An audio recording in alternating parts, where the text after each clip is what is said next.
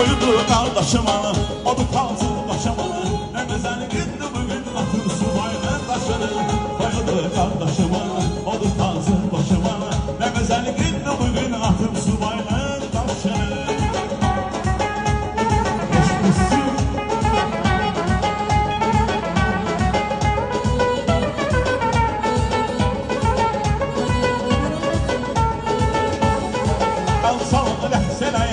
Hoş arzular dileyene, anamın səbri kedene, koydu taze beyene. El sana rəhseleyene, hoş arzular dileyene, anamın səbri kedene, koydu taze beyene. El yanasa saldı bu toy, yüreklerde kaldı bu toy.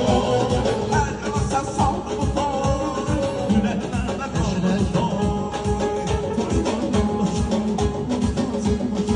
Mövsümümüz dəyişir, qonaqlarımızın istəyi ilə.